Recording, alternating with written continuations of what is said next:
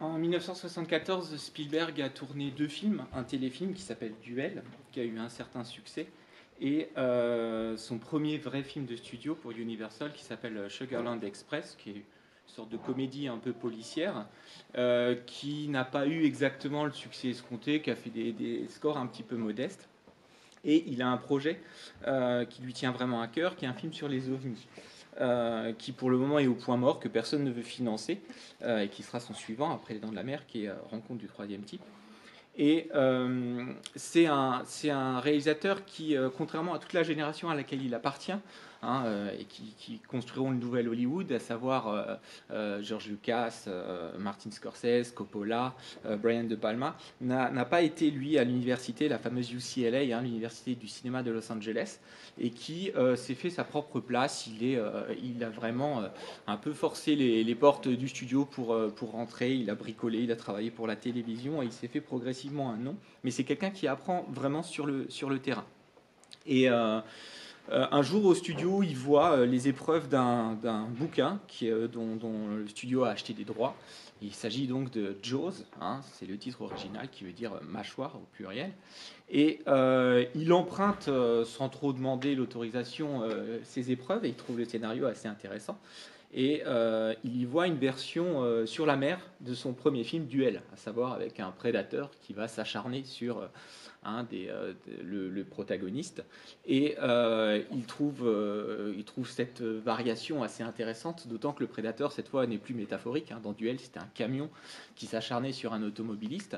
Et il y voit en plus un signe, parce qu'il se rend compte que Duel et Jaws ont le même nombre de lettres. Et il se dit que c'est un signe et qu'il faut qu'il fasse ce film. Il se propose au studio, mais on lui explique qu'il y a déjà un autre producteur et réalisateur sur le coup, qui finalement se désiste et on décide de lui donner le projet. Il est un petit peu réticent quand même parce qu'il a des ambitions assez importantes en termes de cinéma et il se demande si s'illustrer dans une série B comme ça, c'est une bonne idée.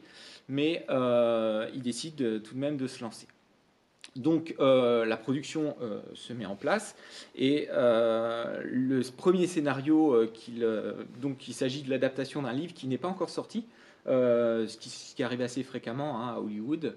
Le livre est sur le point de sortir, et les droits ont déjà été achetés et il décide déjà de retravailler beaucoup l'adaptation. Donc il fait un premier jet qui remanie le scénario où il va un peu clarifier l'intrigue, qui est un petit peu plus développée, et surtout rendre les personnages beaucoup plus positifs. Il y a plein d'histoires, notamment des liaisons de la mairie avec la mafia, il y a aussi sa femme qui a une relation adultère, la femme de Brody, pardon, et tous ces éléments, il va les décaper, il va simplifier, il va rendre les héros plus positifs pour finalement coller vraiment à l'histoire de ce combat avec la bête qui l'intéresse beaucoup plus. Après, il a bien conscience qu'il n'est pas scénariste et ils vont engager un autre scénariste qui va remettre tout ça un petit peu en place et qui d'ailleurs, il s'appelle Gottlieb, va s'octroyer un rôle. Et c'est assez ironique parce que le rôle qu'il s'octroie, le scénariste, au fur et à mesure du tournage, ils vont retravailler pas mal de scénarios parce il va falloir un peu composer avec des tas d'imprévus dont je vais vous parler. Il ne va pas cesser de retrancher finalement son rôle qui se limitera à quelques répliques finalement, étant voilà, partagé entre l'efficacité du scénario et puis sa présence à l'écran. Le journaliste que vous voyez, qui fait un petit documentaire sur la ville et qui dit que la ville est assombrie par la présence d'un requin, c'est en fait l'auteur du roman, Scheinberg, qui donc fait une petite apparition. Une fois tout ça mis en place, pour le casting, Spielberg cherche vraiment des personnages qui ne soient pas des superstars. Il a envie de personnes ordinaires, d'un ancrage un petit peu réaliste. Il prend Rod Scheider, donc, qui joue Brody, parce qu'il l'a beaucoup apprécié dans French Connection. Et pour ce qui est de Dreyfus, qui joue donc le scientifique, il a été dans le film précédent de George Lucas, qui s'appelle 1941, et il a beaucoup aimé sa composition. Il reste Robert Shaw pour le dernier rôle, celui de Quint, qui n'est pas un premier choix, mais qui va finalement faire très bien le boulot pour le vieux bourru loup de mer. Le projet rentre en tournage et donc c'est là que les ennuis vont commencer. Comme l'a dit beaucoup Spielberg à la suite du film, c'est un film amusant à regarder, mais il n'était pas du tout amusant à fabriquer. Et c'est une expérience qui l'a réellement traumatisé. Il dit qu'il était jeune, ambitieux et totalement stupide quand il s'est lancé là-dedans. Et l'une des premières conditions qu'il demande, et en ça il s'inscrit bien dans la génération de cette nouvelle génération du nouvel Hollywood, il refuse de faire un film en studio et de tourner dans un bassin avec une petite ligne d'horizon qui serait peinte dans les fonds. Il veut vraiment marquer une rupture par rapport au travail de studio du Hollywood classique, et il veut donc trouver un décor naturel. Donc, ils vont trouver une île au large sur Atlantique, au large de New York, qui s'appelle Martha's Vineyard, et qui a un avantage par rapport à leur repérage, c'est qu'à 18 km au large de l'île, on a encore seulement 9 ou 10 mètres de fond, ce qui va leur permettre d'installer le char, notamment sur lequel ils vont déposer le requin. Donc, il y a tout un tas d'effets spéciaux qui sont travaillés. Et notamment, donc évidemment, on est en 1975, tout est mécanique, et ils vont donc improviser tout un tas de bricolages pour obtenir les effets qu'ils veulent. Hein, par exemple, la jeune fille dans le prologue qui se fait donc dévorer par le requin, ils lui ont mis un harnais attaché à un pantalon avec des poulies qui étaient tirées par des mécanos sur la plage et qui tirait en fonction des indications qu'on leur donnait, ce qui fait qu'elle était réellement tirée. Elle était assez inquiète, l'actrice, dans la mesure où elle ne pouvait absolument pas donner de signaux d'alerte comme quoi ça se passait mal pour elle, puisque son rôle consistait à dire que ça, et à hurler comme quoi ça se passait mal pour elle. Donc, au moment des répétitions, elle exige quelques aménagements, et notamment un système de sécurité qui lui permette de détacher les câbles.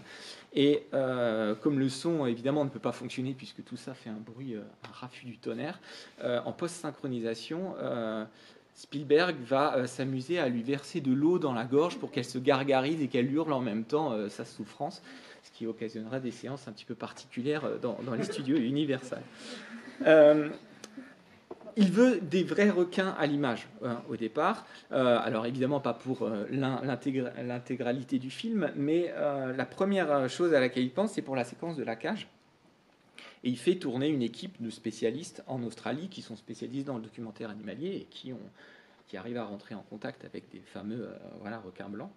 Et le vrai requin fait à peu près 4,50 m, sauf que dans le film, il est censé faire 8 mètres ou 7,50 m. Et donc, ils ont l'idée de faire une cage à taille réduite et de placer dedans un homme de petite taille, parce que histoire d'avoir une échelle qui, moitié, donne l'illusion que le requin est 2 fois plus grand. Donc il faut un casting de personnes à petite taille qui aient une expérience de plongée. Ils n'en trouvent pas. Il y en a un qui est vaguement initié, qui est totalement terrorisé.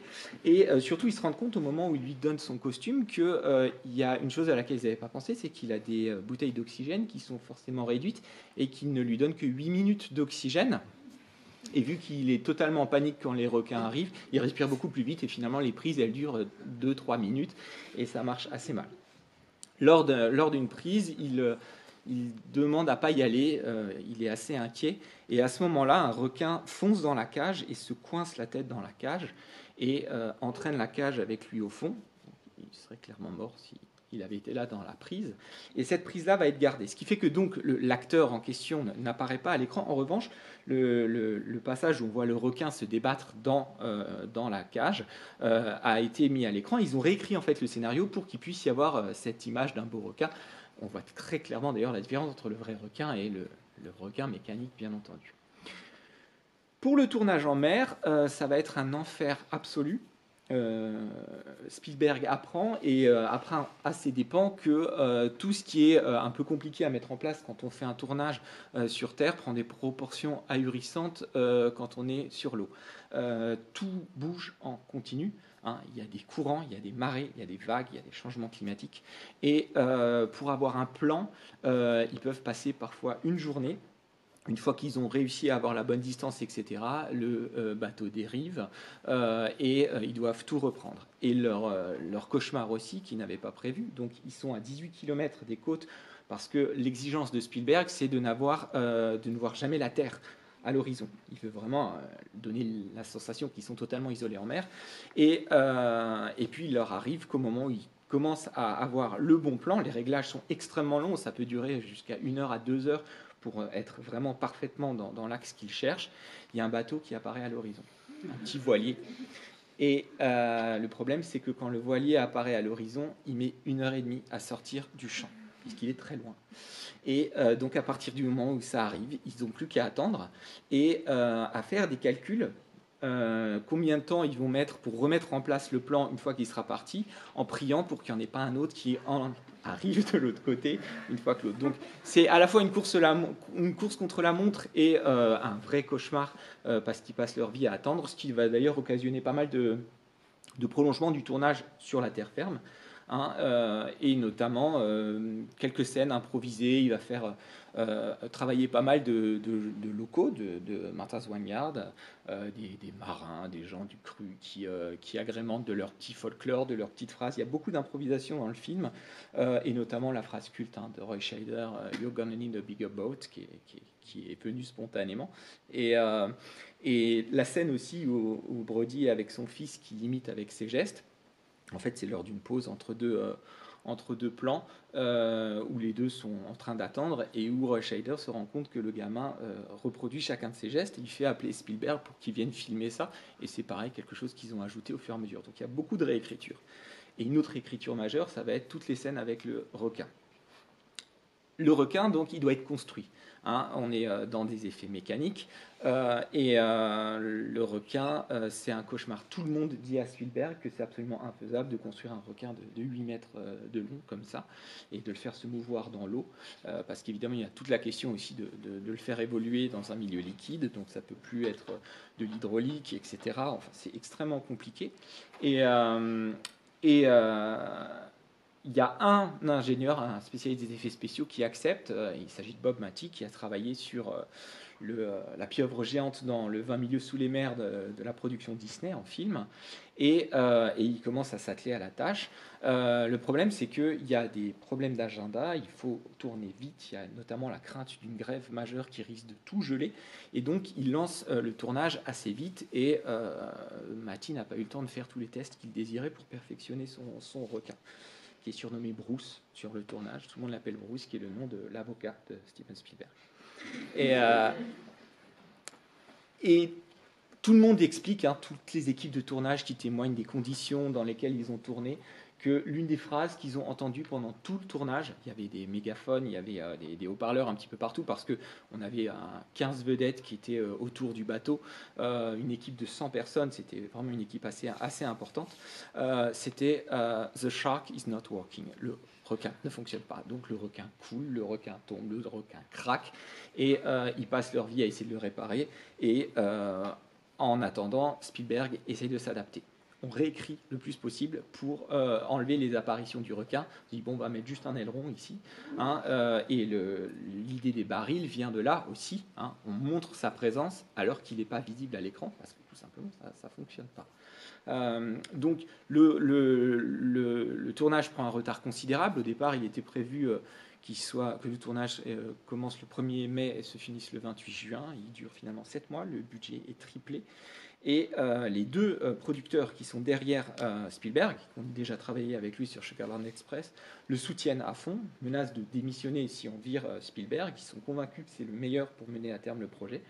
Et en fait, l'un des producteurs, Brown, c'est Zanuck et Brown. Brown explique que certains éléments du storyboard n'avaient même pas été montrés au big boss d'Universal parce qu'ils savaient qu'ils allaient leur dire mais ça vous pourrez jamais le faire. Donc il y a quelque chose d'assez intéressant. Il explique Brown que c'était un film en fait indépendant déguisé en film de studio. Il y avait beaucoup d'inconscience, beaucoup d'improvisation, beaucoup d'expérimentation, mais on était dans un cadre classique d'un film Universal.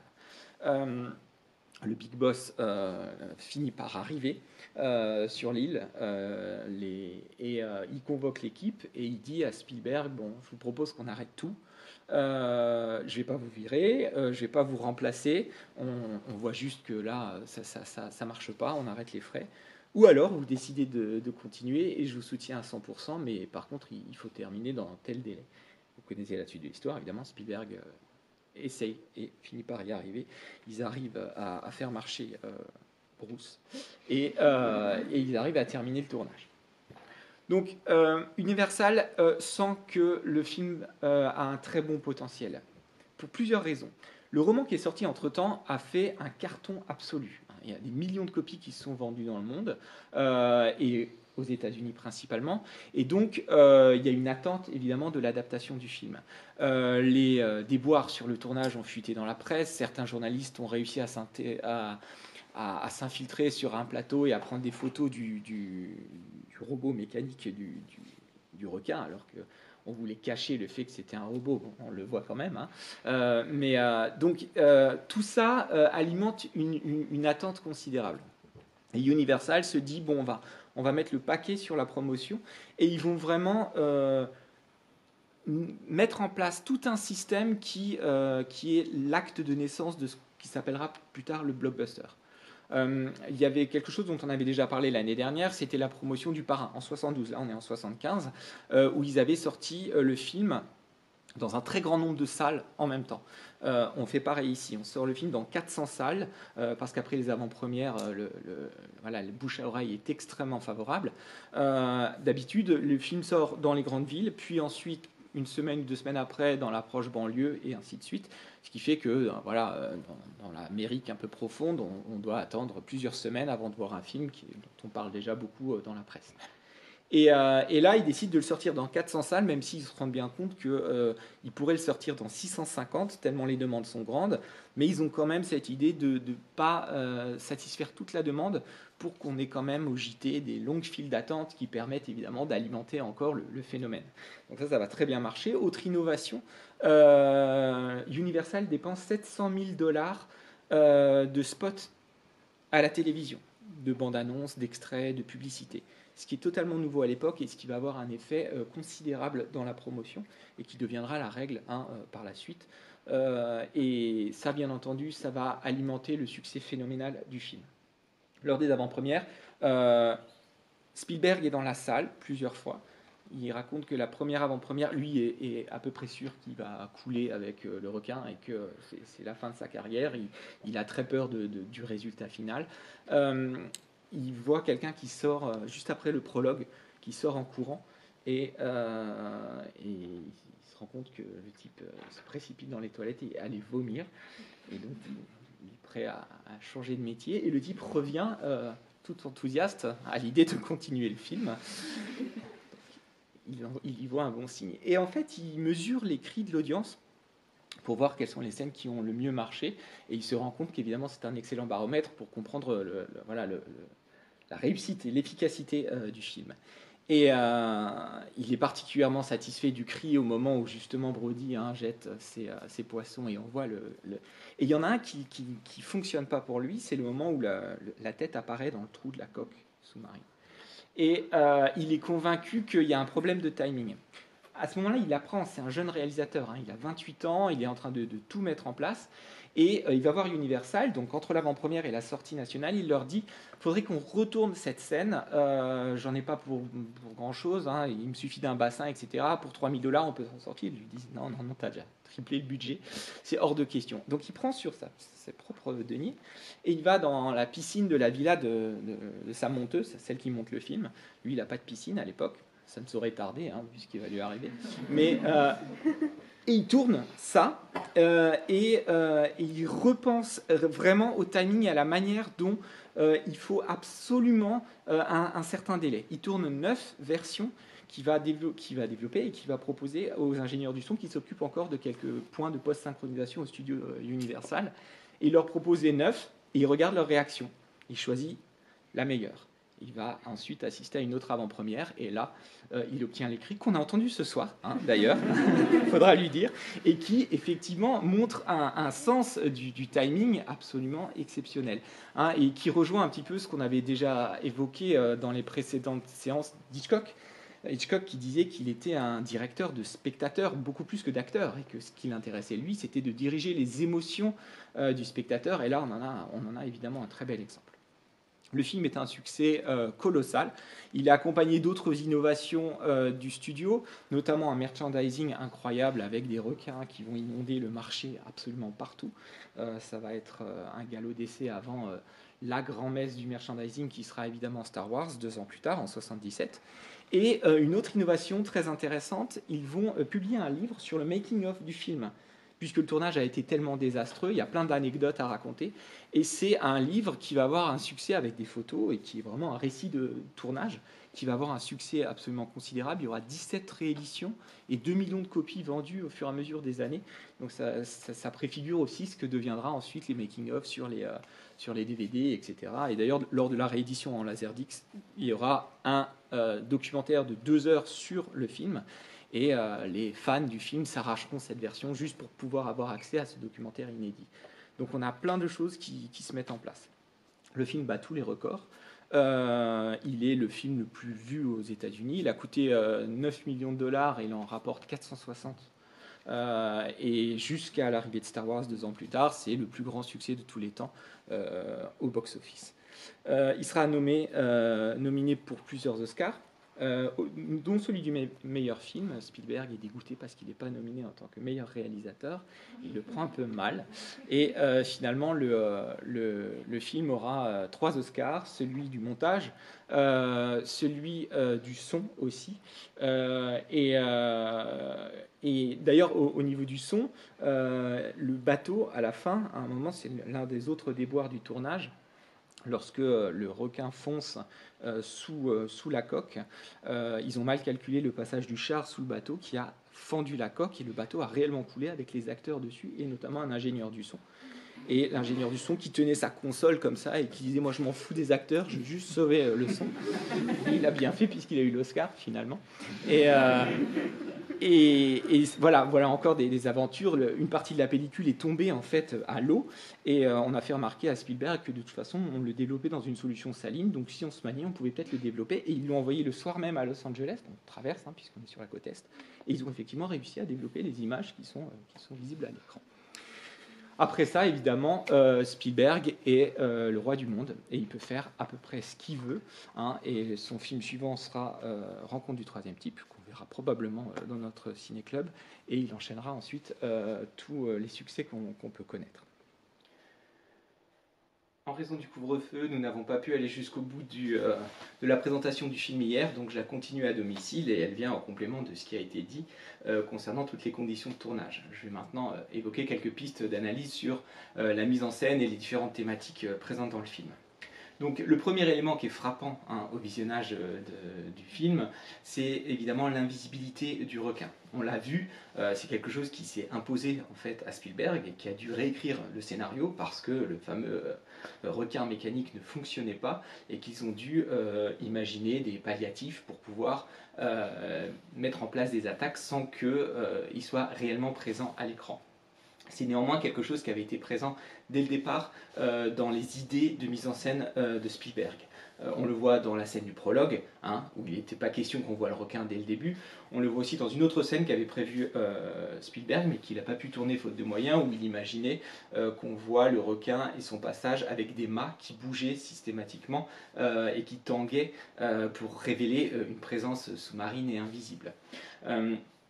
À ce moment-là, Spielberg, qui est tout début de sa carrière, a déjà cette idée tout à fait pertinente d'un mécanisme de la peur. Il sait très bien que la peur fonctionne en grande partie sur notre imaginaire et on est dans une peur primale, une peur enfantine, celle du monstre caché sous le lit et auquel on ne commence à penser qu'à partir du moment où on a éteint la lumière. Donc cette idée-là, il l'exploite et elle est présente au début du film et ensuite il va trouver des éléments qui vont permettre de donner des indices de la présence du requin sans pour autant qu'il soit évidemment entièrement présent. On va le voir à travers une série d'objets. La créature est morcelée, si vous voulez. On a des éléments qui montrent sa présence. On va avoir évidemment la bouée, on va avoir le ponton qui s'écroule, la chaîne qui se déroule par exemple, et des éléments aussi, évidemment toute la documentation que voit Brody sur les livres qui vont lui permettre évidemment de prendre connaissance avec ces monstres. Et bien entendu, un élément qui sera déterminant pour toute la deuxième partie du récit, ce sont les barils jaunes attachés au requin.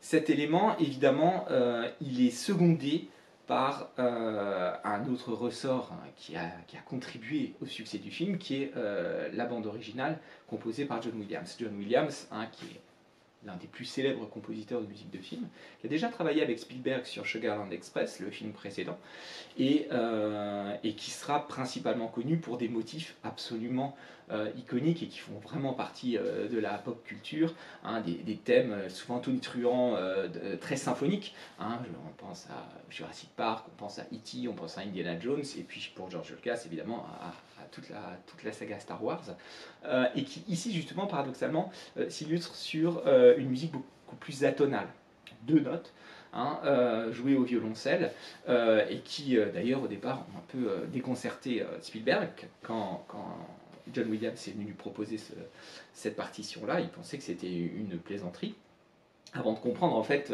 la réflexion finalement de John Williams. John Williams explique qu'on est face à un monstre qui est froid, un monstre qui est mécanique, qui avance de manière extrêmement décidée, et cette musique-là va permettre justement de nous mettre en contact avec quelque chose qui justement est aux antipodes finalement de l'être humain et des émotions qui peuvent le caractériser.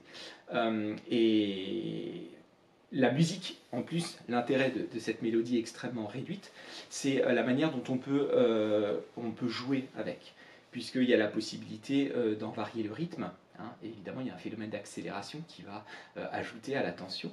Et à chaque fois qu'on est avec la bête, qu'on est soit en caméra subjective, soit sur des fonds marins, la musique est une attestation de la présence de l'animal.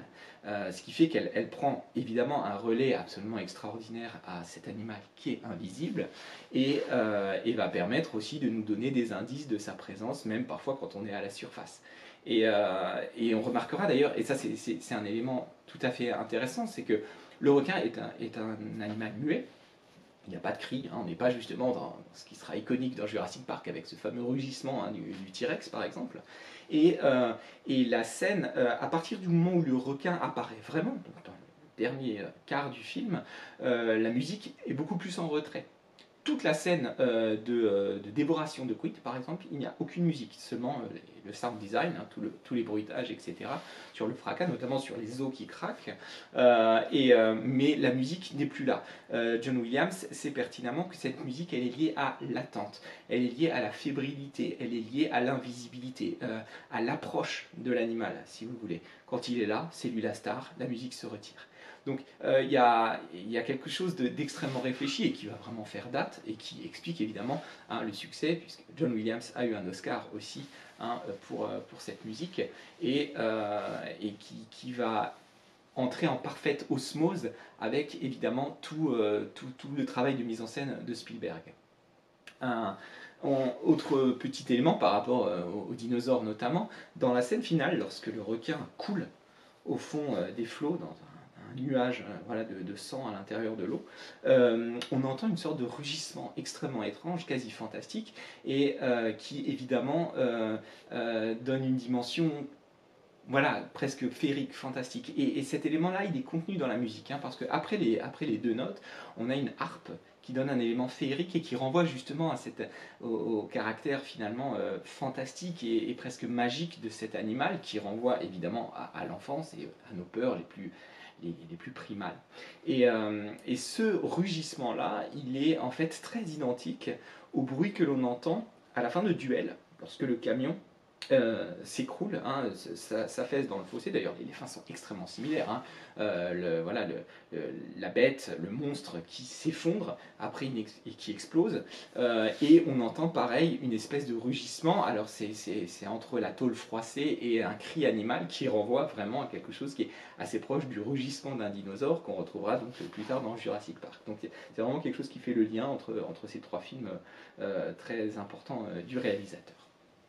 Face donc à cette bête, vous avez les hommes, avec plusieurs paliers. La première scène, vous avez une petite communauté vaguement hippie, de la jeunesse insouciante, qui évidemment va faire face à la tragédie. Puis ensuite, vous allez avoir la station balnéaire, qui refuse de voir l'évidence, et qui, évidemment, là aussi, va se retrouver confrontée à des choses qu'elle ne peut pas gérer, qu'elle ne peut pas maîtriser.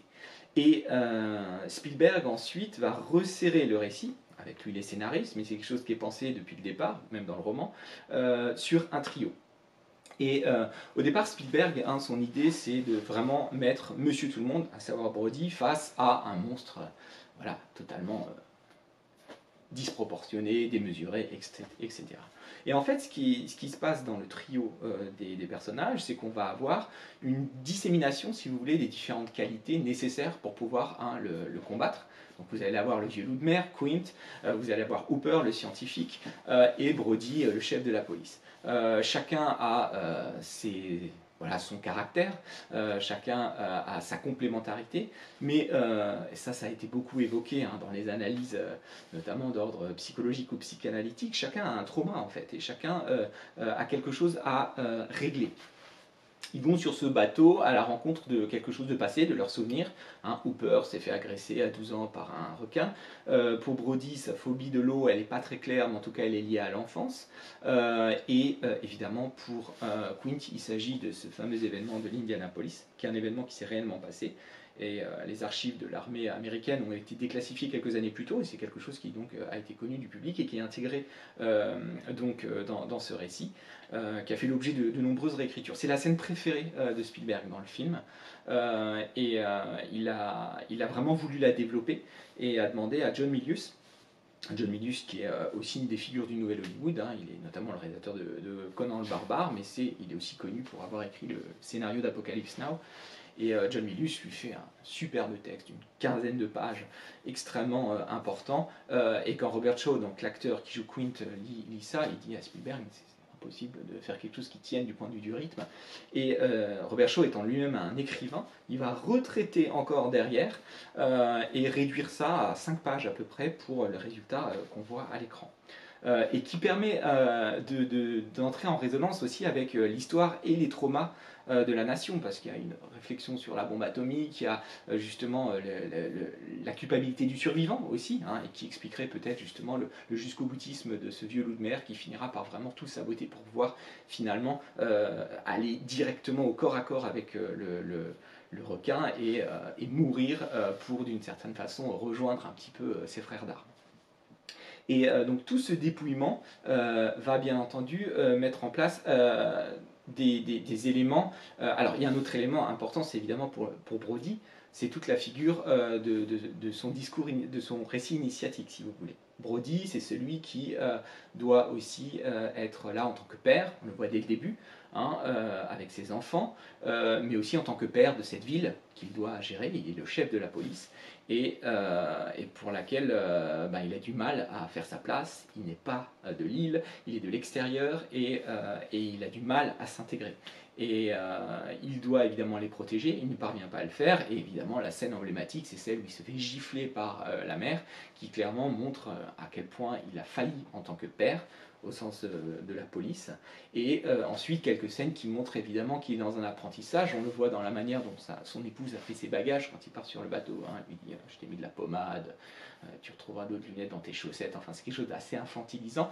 Et on retrouvera aussi ça dans la manière dont Quint lui apprend à faire des nœuds, par exemple, et lui donne des tâches de subalterne. C'est quelqu'un qui donc va progressivement apprendre et va évidemment s'émanciper pour émerger en tant que figure majeure à la fin du film. Et on retrouve donc à travers ce genre ici des références aussi au western assez nettement, et notamment à cette petite communauté d'hommes assez complémentaires et qui vont faire front ensemble face à l'agression extérieure. Pensez à Rio Bravo par exemple. Et donc cette agression extérieure, c'est évidemment une autre thématique importante qui est celle de la nature.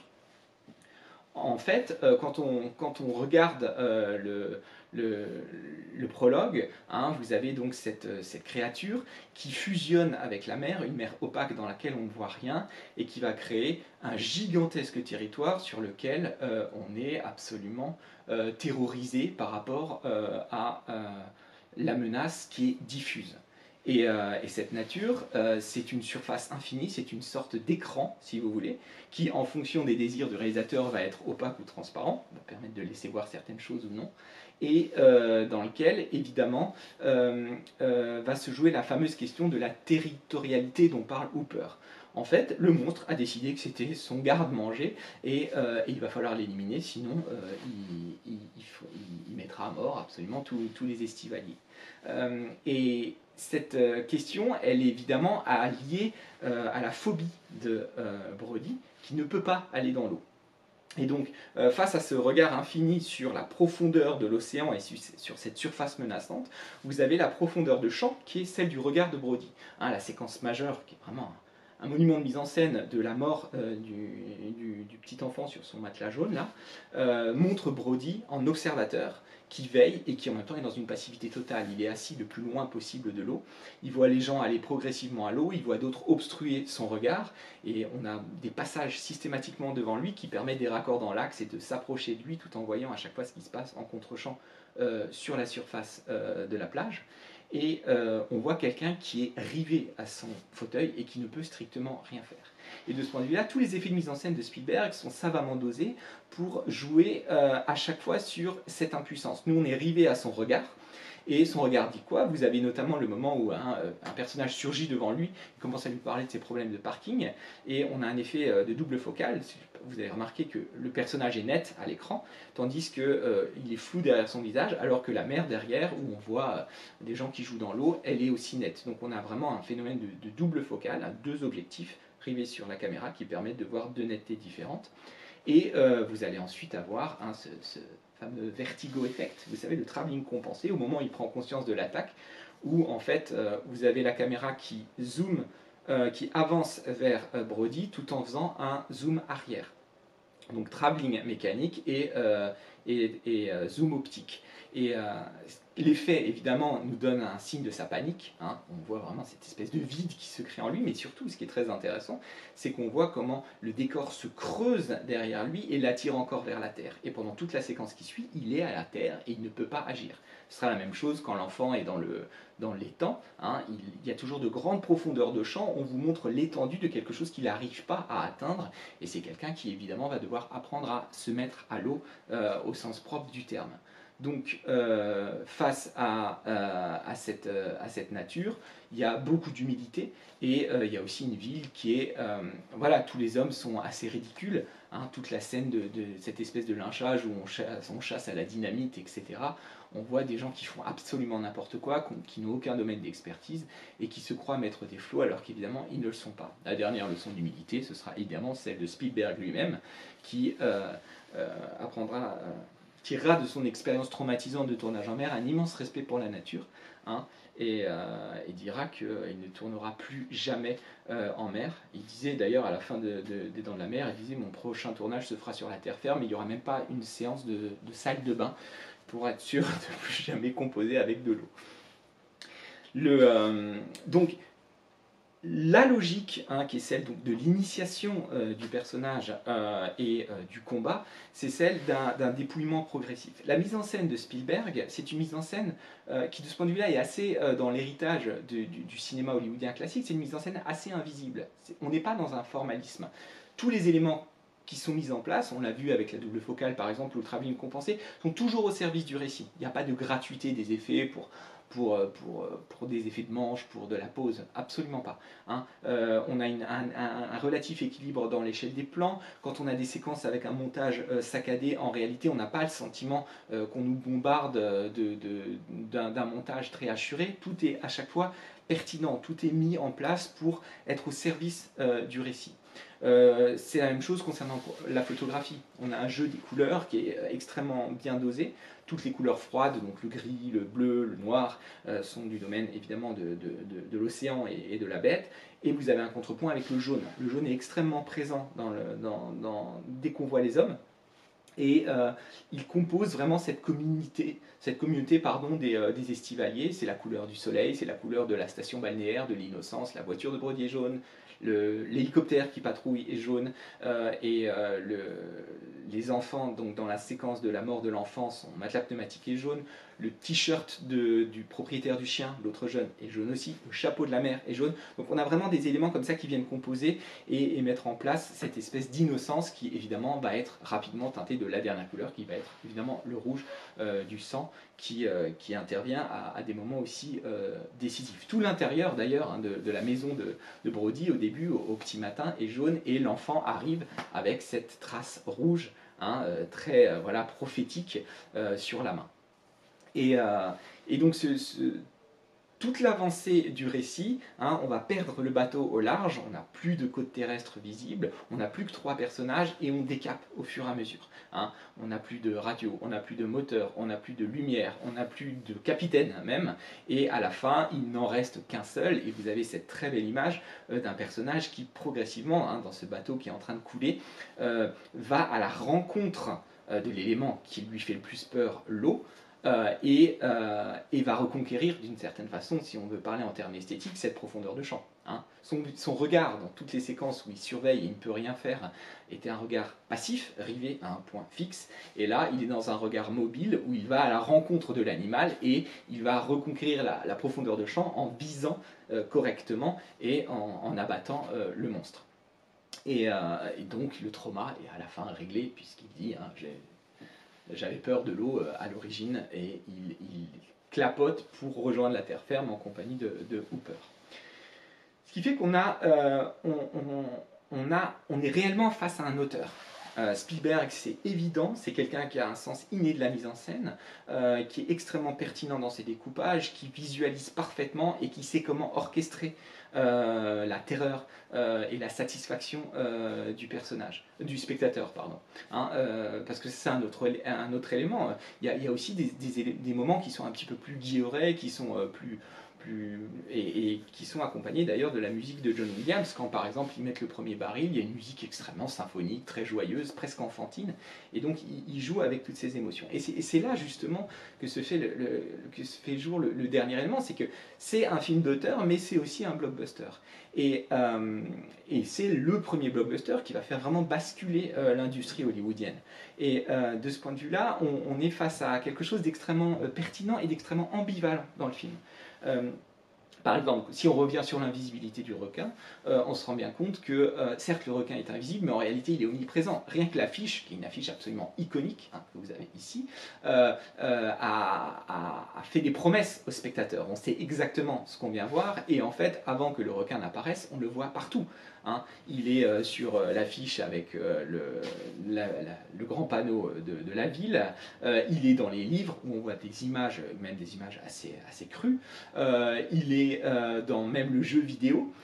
Et en fait, le petit jeu vidéo auquel joue un des enfants, et en fait, il y a une omniprésence qui lie en permanence l'épouvante, le fait divers et le divertissement. Et de ce point de vue-là, tout ce qui est dit sur la ville d'Amity est à prendre comme une sorte de mise en abîme, de réflexion sur ce qu'est le film lui-même. Hein, quand on parle de Summertown et on dit Summertown equals Summer Dollars, donc voilà, la ville d'été, c'est les dollars qui vont avec ce divertissement estival.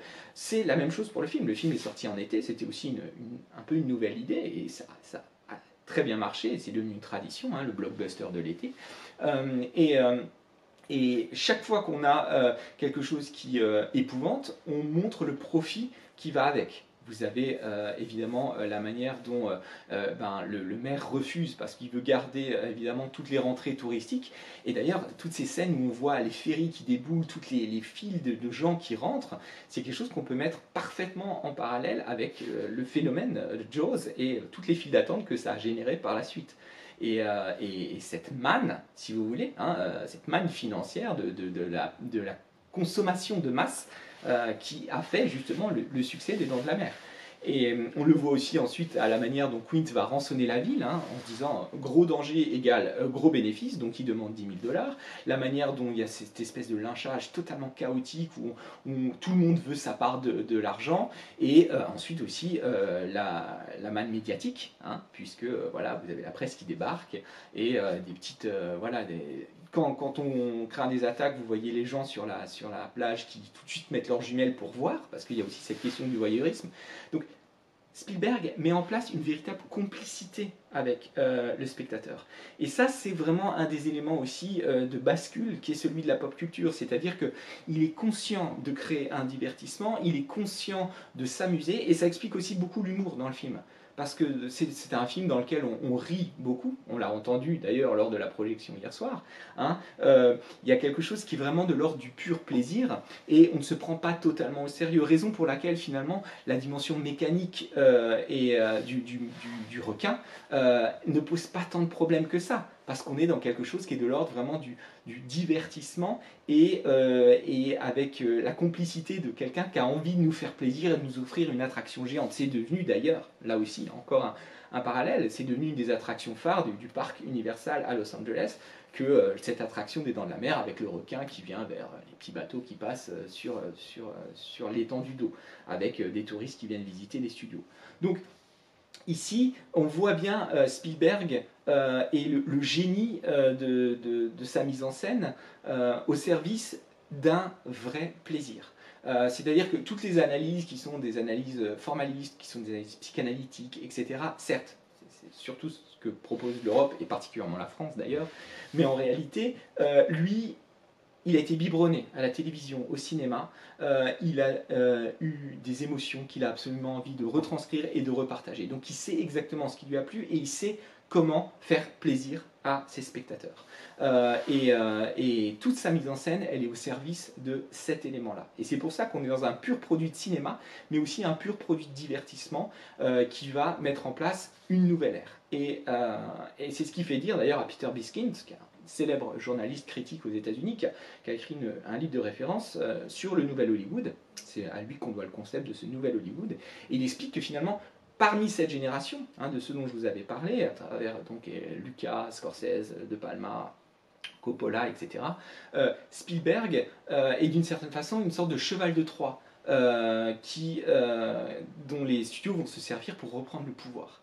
C'est-à-dire qu'à partir de là, la politique des auteurs, elle va fléchir. Le nouvel Hollywood a encore 5 ans à vivre à peu près. En 1980, avec le désastre financier de La Porte du Paradis de Michael Cimino, ce sera terminé.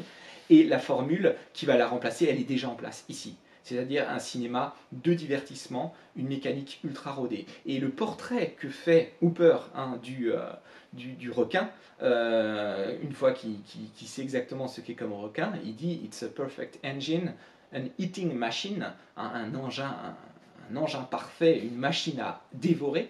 On peut le faire exactement pour ce film-là, qui est d'une efficacité redoutable et qui a totalement révolutionné l'industrie et dont la recette finalement fonctionne encore de nos jours. Merci de votre attention et à la prochaine fois.